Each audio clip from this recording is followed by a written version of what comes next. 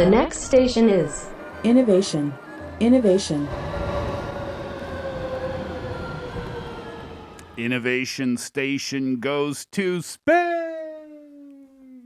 And Steve went to space and came back. Oh, yeah. Wow, that was really quick. I learned that from the Muppets. Pigs in space. Space marketing today. Yes, space marketing. And believe it or not, this is kind of like a new thing, fairly new thing, but it has been around for quite a bit. It was very expensive. It still kind of is expensive. Yeah. But a lot of companies are joining on and getting into space marketing because that's like the new next thing. That's big. I remember only one thing comes to mind for me. And I think his name was Felix Baumgartner. Are you going to talk about him today? No, because we already talked about him in our first innovation station. He did or that something. jump from the space station or from somewhere in outer space, right? Yeah, and it was kind of like a campaign for one of those energy drinks, Right. the Red Blank. Yeah. So that's kind of part of it. That is part of it. But space marketing has two parts. So one part is actually taking your stuff into space or making something out of space, right? Or putting your brand there somewhere Like in space, physically. Physically. Yeah. Launching your product from the Earth into outer space. Yeah. Another part of it is like creating something here on Earth that seems like it was created in space. Okay. You know what I mean? Yeah, I do. Or created for space or something like that. Something like that. Yeah. So let's start with actually doing marketing in space. Okay. Okay, so NASA, of course, since the 60s, have created that route from Earth to space for a lot of companies to join in. So you all know that electric car brand, Blank. You know, they're really big on space. They even have a private company Right. that is exploring space, right? So Elon Musk is in kind of like the forerunner of space exploration, I should say. I mean, yeah. you know, a lot of billionaires have now traveled to space and have come back. But did you know in 1996, one cola company spent $5 million to put a replica of an oversized can of their drink outside the Russian space station. Oh, really? Yeah, It seems like it would have been a huge story at the time. it probably was. I don't remember this. Yeah, so it's a huge replica of the Peak brand, Okay. Yeah. Peak Cola brand, Yeah. and it was there, but I don't know if it's still there. I didn't check, but the problem with this though is that it creates space debris. Space junk, yeah. Yeah, and there's so much out there, which is a huge problem. Well, did that create space debris? I mean, I don't know how they got it up there, and I don't know how they, launched it. I don't even know what words I'm supposed to be using right now yeah. to get this, because it wouldn't have been made of metal, I assume. It said a can, Huh. an oversized can, so I'm guessing it's metal. So they didn't bring it back in or whatever? No, I don't think so. They just left it out there. Yeah. So somewhere in outer space is an empty can of the P Company's cola. Yeah, a very huge one.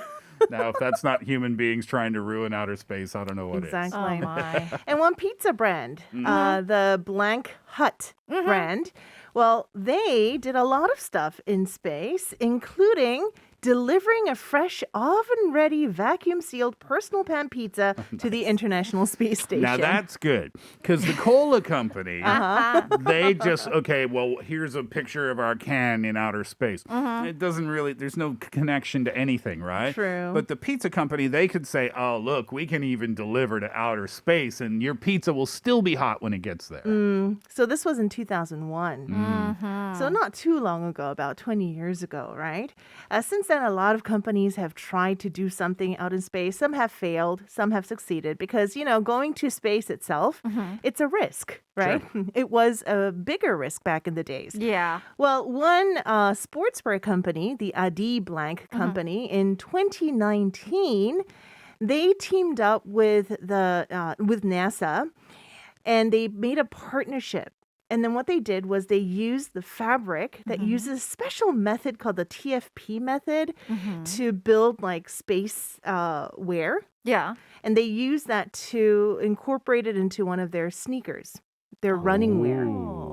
I know. Yeah. Right? It's like, oh, okay, that's intriguing. So we can wear astronaut shoes? Sort of. So the fabric is made out of that. And then it also has kind of like a spatial design. So it kind of looks, I don't know, alien Right. in a way.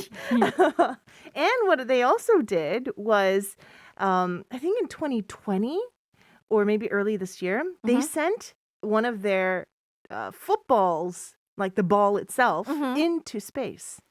So it became like the company that sent a soccer ball into space. Okay. Okay. Yeah. Like the first delivery of pizza, the first, I don't know, can of cola in space, that kind of thing. Was that just for the astronauts to play with while they were up there? No, I think it was to kind of understand the aerodynamics of space, to send a ball to space to see how they actually play with it and how it works in non-gravity Yeah.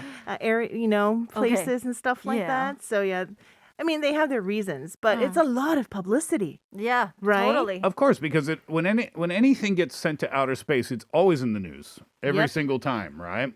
Without fail. So if you're willing to spend the money to get whatever it is up there, then it can be worth it for you, I guess. Exactly. Yeah. Not only that, now going to the theme of making space products in Earth or on Earth, I Yeah. should say. One big food company, FMB company here in Korea, recently launched a bakery that is themed on space. So they have 60 different types of bread that is made with the theme of the solar system. Okay. And it kind of makes you, and the design of the bakery, it looks like you're in space, Like a spaceship or something? sort of like that. So it's like inside a spaceship. Yeah, so that's what they're doing. Well, it's funny you mentioned that today because the news just came out about this space bread. Astronauts will maybe soon be able to bake their own bread in space. Wow, Yeah. that's awesome. All right. What kind of bread are we talking about here? Just your typical breads that we'd find, but they're shaped in different fun things. Yeah, like pretzels, bagels, everything, all different types, 60 different types. Oh, wow. Yeah, so that's something to look forward to. You feel like an alien eating all these bread. And then what I found interesting was that one ketchup company, the biggest one, they actually came out with a new type of ketchup, supposedly made with tomatoes that were grown in an atmosphere that's exactly like Mars, but here on Earth. Yeah, I read that story too. So it's the H food company that's famous for making ketchup, right? Right. And then they recreated the environment, the soil that is found on Mars. So they chemically changed Earth soil to make it like Mars soil. And then they were able to successfully grow these tomatoes. Exactly. And then they call it, what'd they call it? Like Mars ketchup, right? But they spelled Mars with a Z, I think. Oh, and then I think it's like Martian ketchup. Martian ketchup. Yeah, I think that's something what like it was. that. Yeah. Nice. That's So, fun. I mean, you'll feel like a Martian eating your ketchup Yeah. next time. Yeah, that ketchup, by the way, you won't be able to buy it. Yeah. They just launched it at their company headquarters, I think, in Pennsylvania in the United States. But it has this cool label, and it's kind of cool. Those are the tomatoes that would be grown in Martian conditions. Exactly. Oh, and one last note. In the future, they say that you might actually be able to see the sky and see logos of brands, like as you see the stars. Oh, so they're they're- actually going to like project it from outer space? Sort of. So that's what a lot of companies are working on. So as I mentioned, there's a lot of space junk, right? Yeah. So that's going to be extra problem if they do that. But it's going to be like so much publicity for all the world to see. But at the same time, you're ruining nature, right? How are they going to do that? I have no idea. They I have, technology is They're advancing figuring every it single out year. right now. Because Yeah. if it was possible, I'm sure one company would have done it by now, if it were possible. So it's like having like screens in outer space that's, Like kind of floating billboards? sort of like that.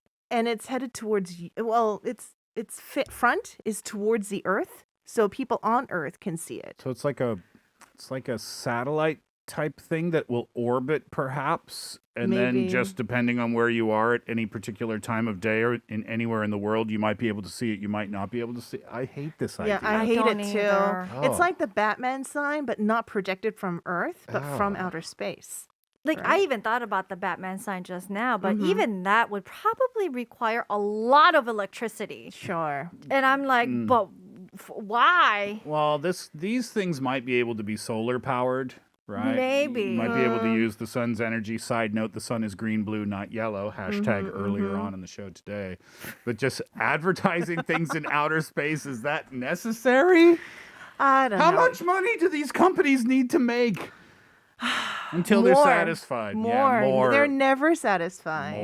More is the answer. Mm-hmm. Wasn't there a makeup company that did something not so long ago as well, or at some point in the past? Blank law blank. Yes. What they did was they partnered with NASA, and what they did was they delivered and developed an imagery of their advanced night repair skin serum Yeah. from the International Space Station with the planet Earth as its background setting. And then they sold the picture at $128,000 US.